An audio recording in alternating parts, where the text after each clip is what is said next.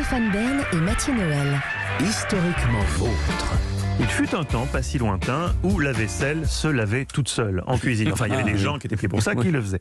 Mais une invention a tout changé, c'est le lave-vaisselle, David Castello-Lopez. Ouais, le lave-vaisselle, c'est peut-être l'appareil électroménager dont la gestion est susceptible de créer le plus de tension dans un couple ou même tout simplement dans une colocation classique, parce que la vérité c'est qu'il y a plusieurs écoles de gestion du lave-vaisselle qui chacune trahit des traits de caractère profonds. Par exemple, les assiettes. Est-ce qu'il faut commencer à les mettre tout au fond et faire attention à les ranger les unes devant les autres à mesure que le lave-vaisselle se remplit? Bien sûr, il n'y a pas d'autre. On est d'accord. Oui. Mais il y a des gens qui pensent que non, il vaut mieux les mettre n'importe où, là où il y a de la place, et on comble les trous au fur et à mesure avec les nouvelles assiettes sales. Non, ça peut pas être optimal. Je suis d'accord avec vous. Est-ce qu'on met les couteaux pointe vers le bas dans le panier? Certains disent que c'est plus safe parce qu'on risque pas de se blesser quand on vide Ça le dépend s'il y a lave-vaisselle. un enfant ou pas dans la maison. Oui. Ou alors est-ce qu'on les met pointe vers le haut parce que à skip ça lave mieux? Vous voyez.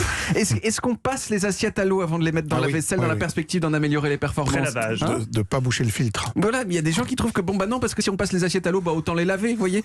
Quel programme choisir? Eco Daily 30 degrés? Ou plutôt le programme vapeur qui dure 3h30 et qui chauffe la crasse à 80 degrés, ce qui permettrait, selon la légende, de décoller les cornflakes toutes sèches qui ont collé au bol comme du mortier. Hein? Des cornflakes qui peuvent boucher votre lave-vaisselle. Oui, en plus, vous voyez. Donc il y a plein de questions qui traversent le lave-vaisselle et qui peuvent amener Qu'en dire, Armando, à des Stéphane? disputes. Est-ce qu'ils prélave les assiettes avant de les mettre dans la... Moi, je le fais et je prélave, je rince prélavez. les assiettes.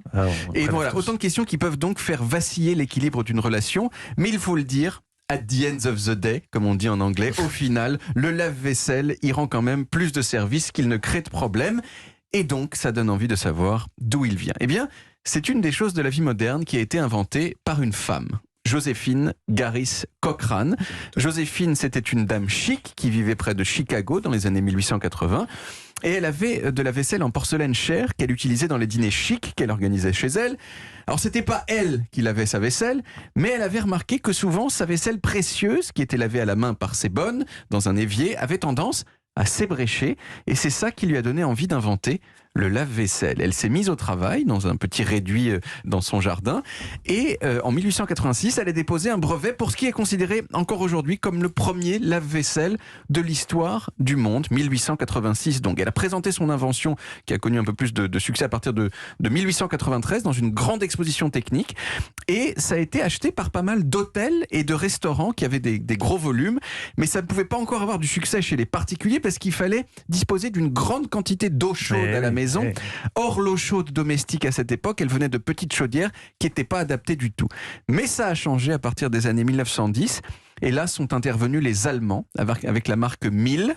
Vous prononcez Miele ou Miel? C'est évidemment Miele qu'il faut prononcer. Et Miele. on peut le dire, très très bonne marque, Miele. Stéphane. Mais On peut tout à dire fait. Miele, mais- C'est encore aujourd'hui. J'aimerais la vérifier. Mercedes C'est encore aujourd'hui. de la vaisselle. J'allais faire exactement cette blague. Pardon.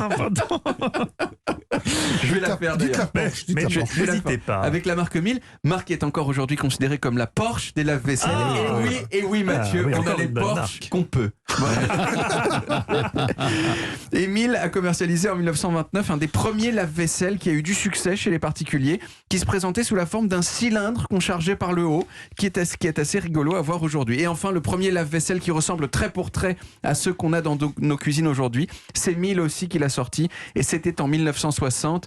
Mais moi, il m'arrive parfois, quelquefois, de regretter l'époque où je faisais ma vaisselle à la main, parce que certes, c'était un peu chiant, mais c'était aussi un moment obligatoire de rêverie et d'introspection, moment que le confort de la modernité nous a volé. Mais rien ne vous empêche de faire un peu la vaisselle à la main. Et vous savez ce qui est bien, après un dîner avec des copains ou en famille, c'est un moment où des confidences en fait. C'est vrai.